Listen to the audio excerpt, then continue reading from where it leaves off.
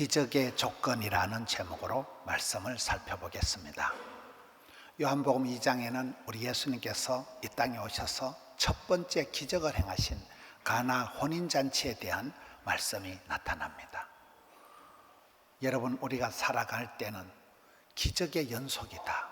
살아있는 게 기적이고 하루하루 지나가는 게 기적이고, 하나님이 사랑하는 사람은 기적의 주인공이에요.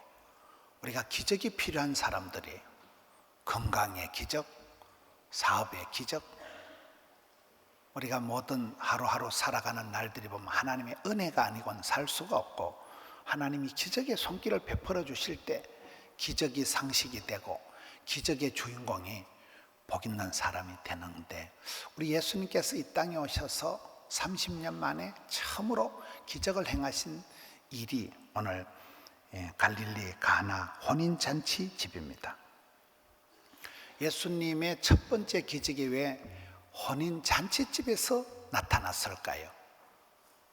그만큼 이렇게 신앙생활은 가정생활이 기본이기 때문에 하나님은 교회를 세우시기 전에 가정을 세우신 겁니다. 신앙생활에 5가지 구호가 있습니다. 하나님을 영화롭게, 가정을 행복하게, 교회를 건강하게, 세상을 아름답게, 인격을 향기롭게, 이런 5가지 평생 구호가 있어요. 인생이 살아갈 때 뜻없이, 향방 없이, 목표가 없이 살아가면 안 되고, 하나님을 영화롭게, 하나님을 기쁘시게, 솔리데오 글로리아, 목적을 정하고 하나님을 기쁘시게 하면 하나님도 그 사람을 싸고 돌잖아요. 우리는 삶의 모든 영역에서 하나님의 영광을 드러내기 위해서 살아가는 사람들이, 목적이 하나님을 영화롭게 하면 하나님도 그 사람을 눈동자같이 지켜주시기 때문에, 신앙의 큰 원리가 하나님은 사랑하는 자를 사랑해 주시고 찾는 자를 만나 주시고 두드리는 자에게 애받아 열어주는 역사가 있기 때문에, 삶의 첫째 기준은 하나님을 기쁘시게 한다. 두 번째는 하나님의 백성들이 살아가는 가정은 행복해야 돼요. 가정을 행복하게. 모든 정신병의 진원지가 가정이다. 왕대밭이 왕대나고 쫄대밭이 쫄대나고, 그 아버지의 그 아들이고 그 어미의 그 딸이고, 내리 사랑 올리 효도, 이렇게 흘러가. 좋은 부모 밑에 좋은 자녀가 나오게 돼. 어떤 가정이든지 싱글로 살아가더라도 반드시 행복해야 돼요. 요람에서 무덤까지.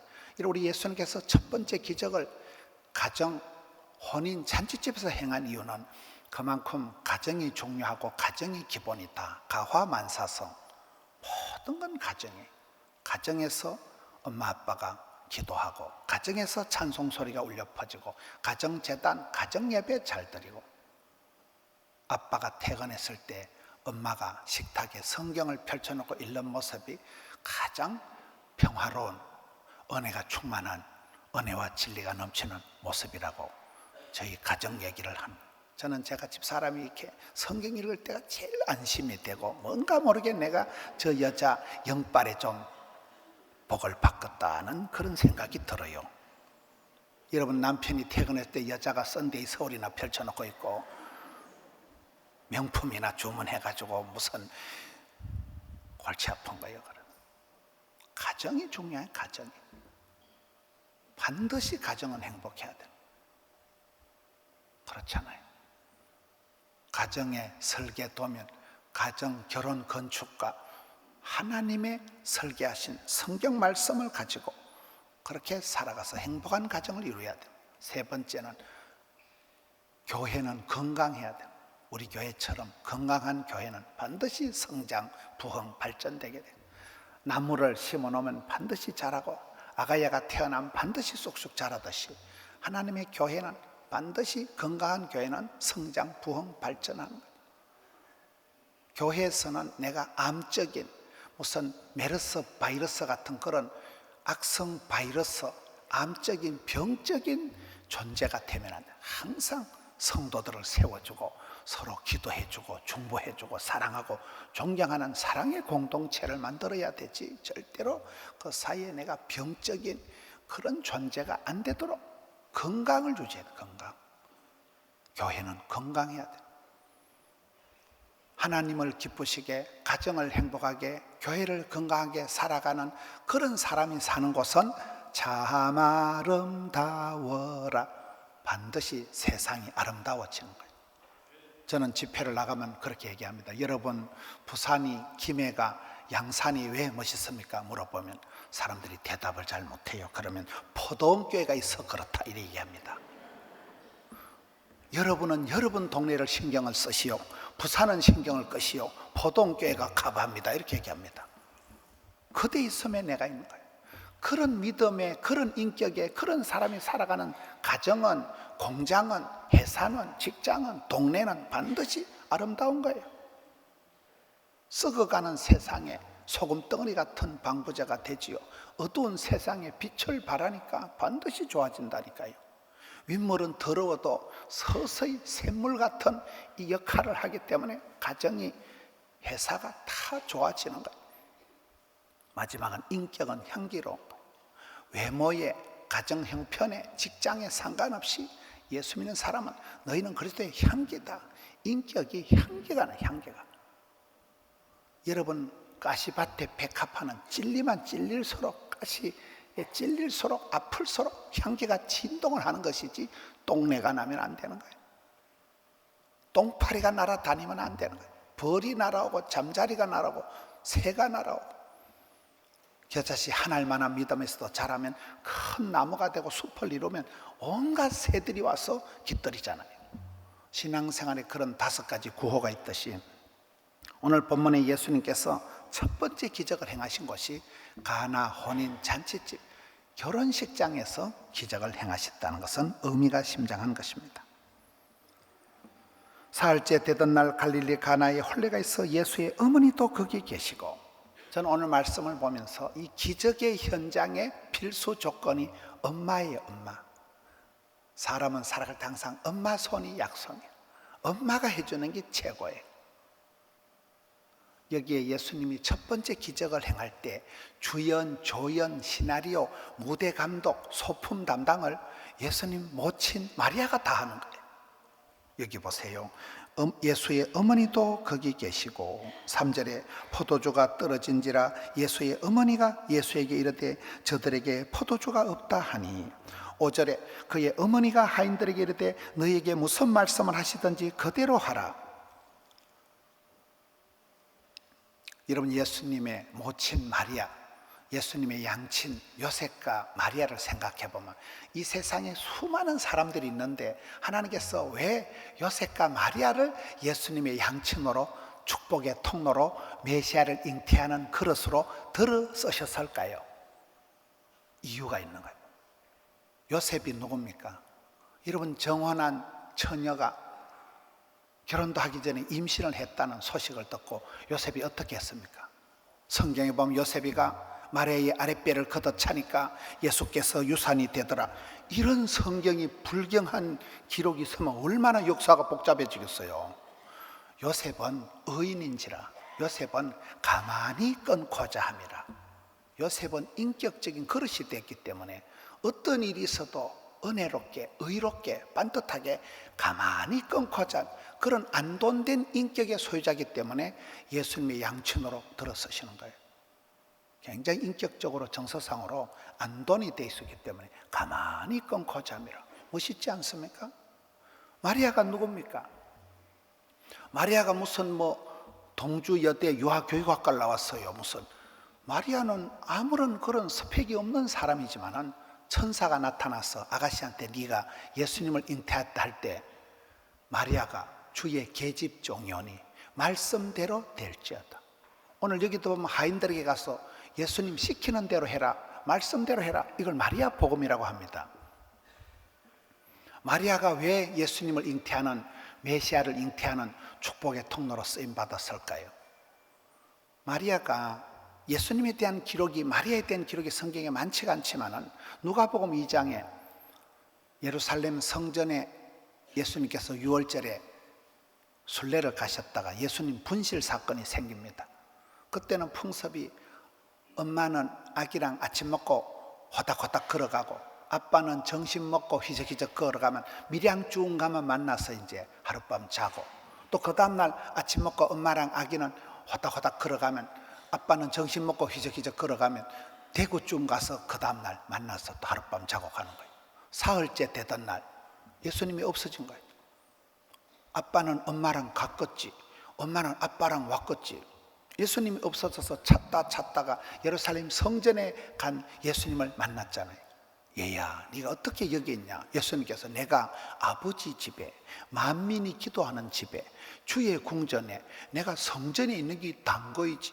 이렇게 예수님이 말씀을 하시니까 성경에 보면 양친이 그 하신 말귀를 못 알아듣더라, 이런 말씀이 나옵니다.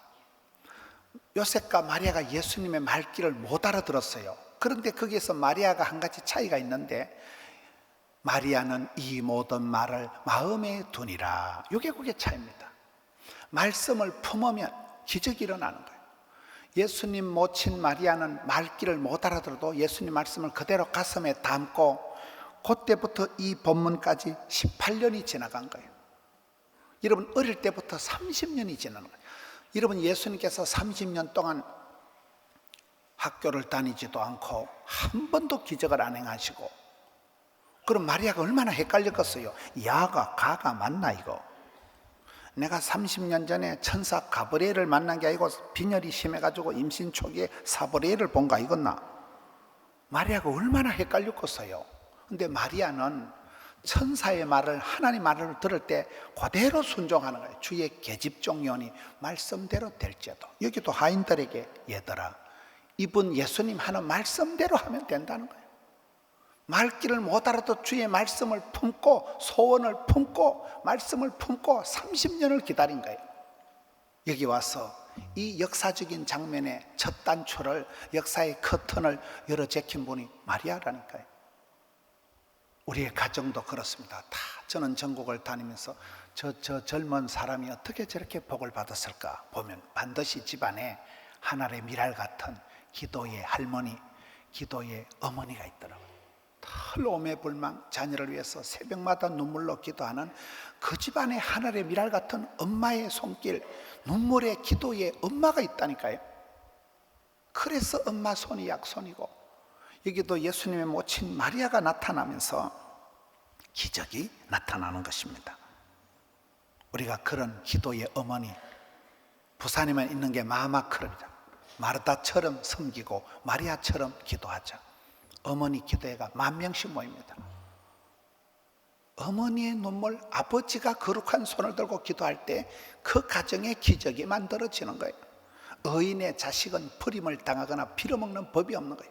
의인의 자녀들은 종려나무같이, 레바논의 백향목같이 똑바로 자라고 반듯하게 자라서 늙어도 진액이 마르지 않고, 고목나무에도 꽃이 피고, 이파리가 마르지 않고, 사시사철 푸르고 청청한 시냇가에 심긴 나무와 같이 그렇게 그 자녀들이 번성하게 되는 것입니다.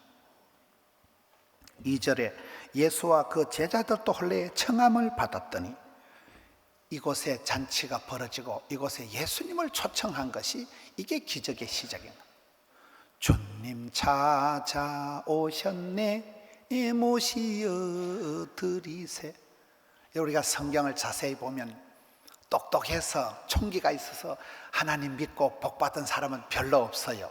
성경을 가보면 거의 하나님이 미리 정하시고, 정하신 자를 부르시고, 부르신 자를 인치시고, 하나님이 미리 작정하시고, 하나님께서 미리 찾아오시고 신방 오시는 것이 우리에게 천만다행한 복이에요. 어떤 위대한 사람도 보면 지가 잔머리 굴려가지고 지가 모든 사업을 경영 구상해서 복받은 사람 없어요. 사람이 마음으로 계획할지라도, 마음으로 경영할지라도 그 걸음을 인도하시고 결제하시고 이끌어 가시는 분은 하나님이신 거예요. 하나님이 먼저 사랑하시고, 하나님 먼저 부르시고, 하나님 먼저, 예수님께서 먼저 찾아오시는 거예요. 주님은 우리에게 늘 신방하시고 물어보시고 찾아오시고 도전하시고 하늘의 음성을 들어야 돼요. 사울아 사울아 네가 왜 나를 핍박하느냐, 그 음성을 들어야 돼요. 예수님께서 이 가정에 초청받은 것이 기적의 시작이에요. 예수님을 영접하는 자, 마음에 모셔드리는 자는 하나님의 자녀가 되는 권세를 얻기 때문에 그렇습니다. 돌감나무가 참감남나무에 접붙임을 당하면 되는 거예요. 예수를 믿으면 사람이 팔자로 고치고 예수님을 모신 사람은 기적의 주인공이 된다는 거예요. 이 잔치집, 부흥되는 교회는 잔치집처럼 풍성하다. 행사가 행복이다. 신앙생활에 가장 나쁜 거는 가만히 있는 거예요. 춥다고 가만히 있고 덥다고 가만히 있고, 어떤 사람은 은혜 받을까 싶어 교회 안 온다는 거예요. 은혜 받고 나면 또 헌금해야 되잖아. 가만히 있는 사람은 시험 들 것도 없고 은혜 받을 것도 없고, 그리고 아무 일도 없었다 확실히 짜부러진다니까요. 믿음의 사람은 은혜 보좌 앞에 담대히 나가고 사랑하는 자를 사랑해 주시고 찾는 자를 만나 주시니까 부르짖고 은혜 보좌 앞에 담대히 나가고 잔치 벌리고 멍석을 깔아야 되는 거예요. 유태인들이 강한 이유는 절기를 잘 지켰다. 6월절, 장막절, 오순절, 초막절, 77절. 여러분, 잔치 때, 추석 때 가족들이 다 모이는 거잖아요. 추석 명절에 다 모여서 그때 같이 음식 먹고 용돈 드리고 선물하고, 그때 가족이 다 모일 때 역사가, 썸씽이가 벌어지는 거예요. 만나야 돼요. 모여야 돼요. 여러분, 가족들도 가끔 모이면 나중에 조카들 얼굴도 모릅니다. 송아지 성님 쳐다보듯이 쳐다보는. 가정이라는 것이 뭡니까? 교회라는 것이 뭡니까? 모이기를 힘써야 돼요. 여러분, 장작개비를 한 개를 세워놓고 태우면 잘 탈까요? 수북하게 쌓아놓으면 활활 탈까요? 안 들어도 오디오, 안 봐도 비디오죠. 가정은, 교회는 반드시 모여야 돼요. 부부가 함께 같이 해야 가치가 있다 이러잖아요. 모여야 되는 거예요. 잔치 벌리고 잔치집에 모여 있을 때 그곳에서 역사가 벌어지는 거예요. 여기에 예수님을 초청한 가나 혼인잔치집이다. 3절에 포도주가 떨어진지라. 긴 세월을 살아갈 때 온실 안에 자란 화초가 쓸모가 없고 과부로 자란 자식은 과보다도 못하다, 그런 말이 있잖아요. 긴 세월 살다 보면 젊어서 고생은 사수도 한다고, 일찍이 조직의 쓴맛을 보고 산전수전 겪고 어릴 때부터 하드 트레이닝, 파워 프로그램을 당한 사람은 다릅니다. 삶의 깊이가 다릅니다. 느낌이 다르다는 거예요. 대한민국, 한국의 문화가 구들목 문화고 밤새도록 진국을 꼬아내는 문화잖아요. 그런 풋가일처럼 그런 인스턴트, 그런 음식의 문화가 한국 문화가 아닙니다. 신앙도 그렇습니다. 이 가정의 잔치집에 포도주가 똑 떨어졌다는 이 굉장한 이 결핍, 크나큰 문제가 생기면서 기적이 시작되는 거예요. 문제를 문제 삼지 마라. 문제를 문제 삼아만 문제거리만 되지만, 문제를 기도 제목으로 삼아버리면 그것 때문에 겸손하고 그것 때문에 부르짖고 그것 때문에 기도하다가 진짜 백이 복을 받고 근심 덩어리가 간점 덩어리가 되고 애물단지가 보물단지가 된다 이러잖아요. 썬물이 단물되듯이 맹물이 지금 포도주가 되는 기적이, 포도주가 똑 떨어진 이 사실이 중요한 거예요. 목마른 사람이 샘파고 가난이 교사고 시장이 반찬이고 우는 아이 젖준다는 게 그런 논리잖아요. 우리의 삶에 가장 부족한 거, 아쉬운 거, 안 되는 거, 결핍적인 요소가, 이게 기도 제목이 됩니다. 그게 저주 같은 축복이 되는 거예요.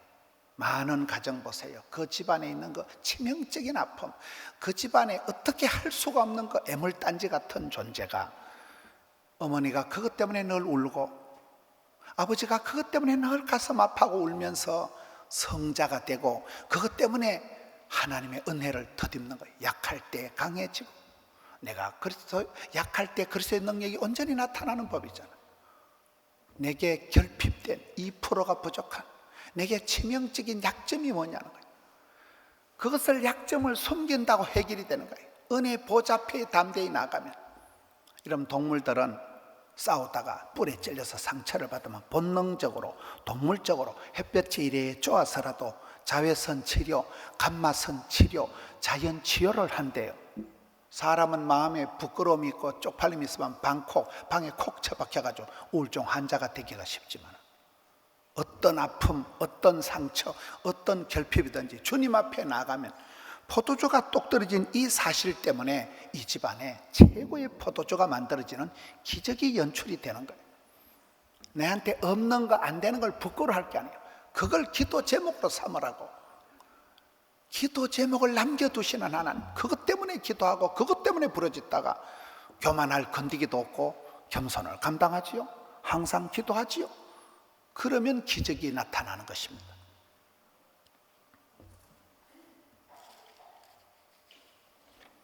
4절에 예수께서 이르되 여자여 나와 무슨 상관이 있나이까 내 때가 아직 이르지 아니하였나이다. 여러분, 예수님의 일생을 보면 갈라디아 4장 4절에 때가 참에 오셨다. 모든 건 타이밍이에요. 게으르지도 않고 설치지도 않는 거예요. 타이밍을, 시차 적응이 잘 된 거예요. 에스더가 복을 받은 것은 이 때를 위함이 아니냐. 평생을 갈고 닦은 미모를 나라와 민족을 위해서 그냥 헌신할 때 하나님께서 에스더를 가장 아름다운 여인으로 들어 쓰시잖아요. 예수님께서 100년 전에 오셔도 안 되고 100년 뒤에 오셔도 안 된다는 거예요.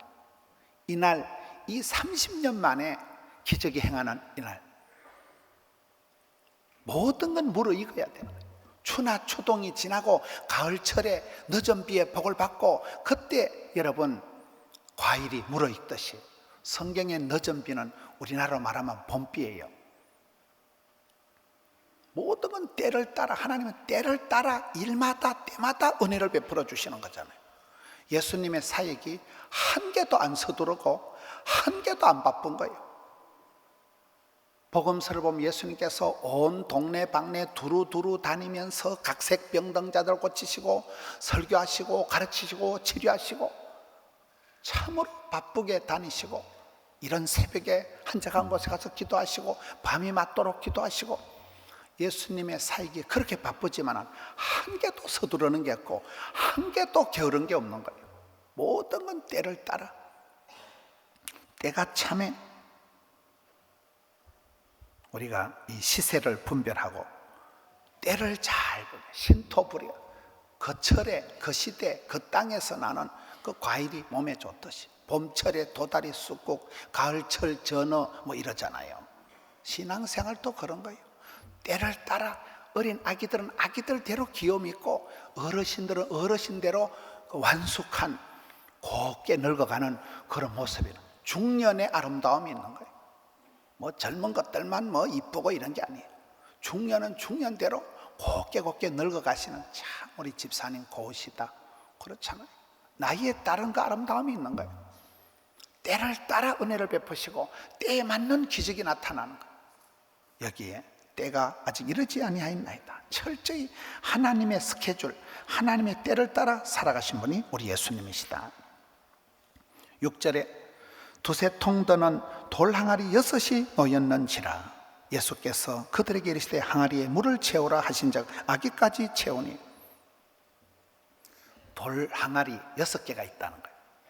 여러분 열왕기 하에 보면 그릇 이야기가 나옵니다. 한 박복한 여자가 와서 엘리사에게 하나님, 제가 이렇게 복이 없는 여자입니다. 제사장 남편은 죽고 빚더미 시달리다가 아들 두 놈은 종놈으로 끌려가서 지금 빚쟁이들한테 잡혀갈 노예가 될 그런 신분인데, 우리 집은 쪽박찬 가정이에요. 쪽박은 작은 바가지를 쪽박이래요. 밑빠진 독이란 대책이 없는 그런 밑빠진 독 쪽박의 가정인데 어떻게 하면 좋냐. 엘리사 선지자가 너희 집에 있는 게 뭐냐. 기름병 하나 달랑 있는데요, 그것을 가지고 오라. 그리고 이웃에 가서 그릇을 빌려오라. 그리고 그릇을 이빠이 채워라. 그리고 나가서 기름을 팔아서 생활해라. 그릇 이야기가 나옵니다. 이러면 사람을 그릇으로 비유할 때가 많습니다. 참 저분은 통 큰 대인이다. 그릇이 커야 사이즈가 커야 용량이 많이 들어갑니다. 믿음은 사이즈라니까요. 저희 교회가 덕천성전에 그렇게 소박하게 예배를 드릴 때 제가 수영록의 정필도 목사님한테 배운 게 믿음은 사이즈라는 거예요. 그래서 그때 예배당은 당장 못 짓고 예배 횟수를 늘린 거예요. 1부, 2부, 3부, 4부, 5부, 6부. 제가 주일날 예배를 한 8번이래 설교를 한 10년 가까이 한 것 같아요. 계속 이러다가 소천하겠다 싶어서 하명성전 짓고 드림센터를 지은 거잖아요. 믿음은 쌓이죠. 지금 보세요. 덕천은 덕천대로 거덕하고, 하명은 하명대로 거덕하고, 드림은 드림대로 거덕하고, 믿음은 쌓이죠라니까요. 기도를 해도 앉아가지고 주여 쭈쭈밥 2개만 줄래요 말래요? 그런 건 기도하지 말고 전방에 가서 사 먹어요. 쭈쭈밥 공장을 주시든지, 생각도 안 나게 북극으로 남극으로 발령을 보내버리든지. 기도를 해도 좀 통 큰 기도를 해야 되지. 적어도 먼저 그의 나라와 그의 일을 구하고, 하나님 이 나라 이 민족을 지켜주옵소서. 그러면 하나님 우리 가정도 지켜주셔요. 기도라는 게 앉아가지고 종재기 하나 갖다 놓고 주여 이 종재기를 채워주시, 그러면 하나님 한 바켓을 들어보면 종재기 채로 동동 떠내려간다니까요. 기도가 커야 기적이 나타나는 거예요. 엘리야가 죽을 때 엘리사한테 야, 네 마지막으로 한번 기도해봐라. 갑절의 영감을 주옵소서. 아따, 어려운 것을 구하는도다. 이왕 구하는 걸 어렵게 구해야 돼요. 저는 주차장 하나로마다 자꾸 얘기하듯이 신앙생활은 불편하게 해야 돼요. 편안하게 널널하게 신앙생활 하려고 하면 믿음의 근육이 안 자라요. 바쁠 때 진도가 팍팍 나가고, 힘들 때 힘줄이 불끈 생기고, 피곤이 능력이고, 이사야 40장 피곤한 자에게 새 힘을 더하시나니 독소리 날개침이 거기 나오잖아요. 약간 불편하게 신앙생활 하셔야 돼요. 잠이 쏟아지는데도 새벽을 깨우고, 몸이 막 고단해서 막 해롱해롱 하면서도 찬양대 않고, 그때 믿음의 알통이, 신앙의 근육이, 믿음의 통뼈가 자란다니까요. 경험해보면. 쉽게 편하게 수월하게 살아가려고 꿈도 꾸지 마세요. 너희가 건너가 차지할 땅은 산과 골짜기가 버티고 있는 땅이지, 건너가서 사선을 넘어서 전쟁을 치르고 통과해서 완전히 장악을 하고 깃발을 꽂고, 성경은 어디라도 생육해라, 번성해라, 충만해라, 다스리라, 계속 그런 말씀이 나오지. 소심해라, 하여튼 심하해라, 방에 콕 처박혀 있어라, 그런 성경 없어요. 적극, 담대, 낭만, 진취, 발전, 소망, 나가면 있고 안 나가면 없는 거예요. 부러지지만 응답받는 거예요. 사랑하면 사랑받는 거예요. 그래서 여러분 여기에 그릇 이야기를 하고, 빈 그릇 항아리, 돌항아리 6개가 있는데 이빠이 채우라는 거예요. 만약에 일꾼들이 믿음이 적어가지고 아따 쓰잘데없는 거 되지도 않는 일을 하고 있네 하면서 2개만 채웠으면 기적이 2개 하고 심하게 하는 거죠. 6개 돌항아리를 아구까지 끝까지 채우라. 시편 56편에 다윗이 기도할 때 하나님요 나의 눈물을 주의 병에 담으소서. 여러분 천당 가면 눈물병이 다 있어요. 눈물 그릇이 다 있어요. 이게 양에서 질이 나온다고 기도의 분량을 채우셔야 된다니까요. 울고 불고 기도의 그릇을 채우고 나면 때가 참에 응답이 되는 거예요. 아직 응답이 안 된 분들은 눈물병이 덜 차서 그래요. 저는 집회 갈 때마다 아직 응답이 안 된 분들은 손가락으로 눈가를 쑤셔라.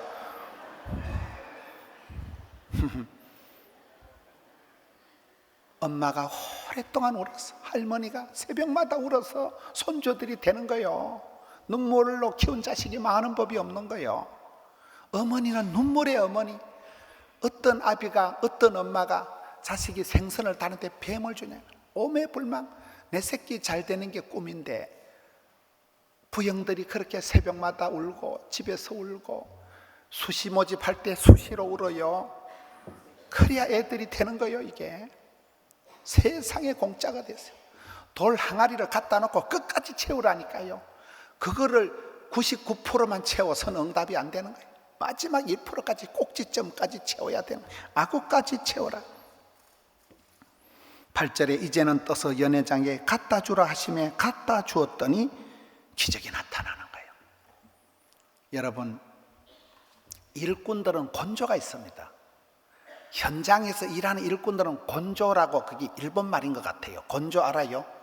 고집이 있어요. 나름대로요.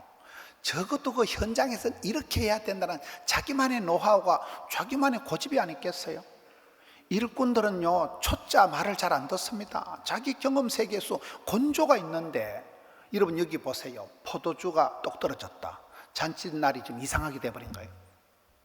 그런데 생면부지에 한 번도 듣도 보도 못하는 예수님이라는 분이 나타나가지고 예수님 어머니 마리아가 나타나가지고 맹물을 갖다 주라는 거야, 이걸.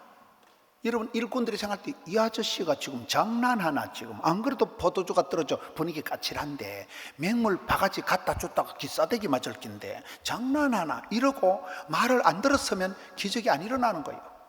근데 이 하인들이 그대로 연회장에 갖다 주니까 기적이 일어난다. 이 말은 전문가가 전문적인 영역에서 주님 앞에 무릎을 꿇을 때 기적이 일어나는 거예요.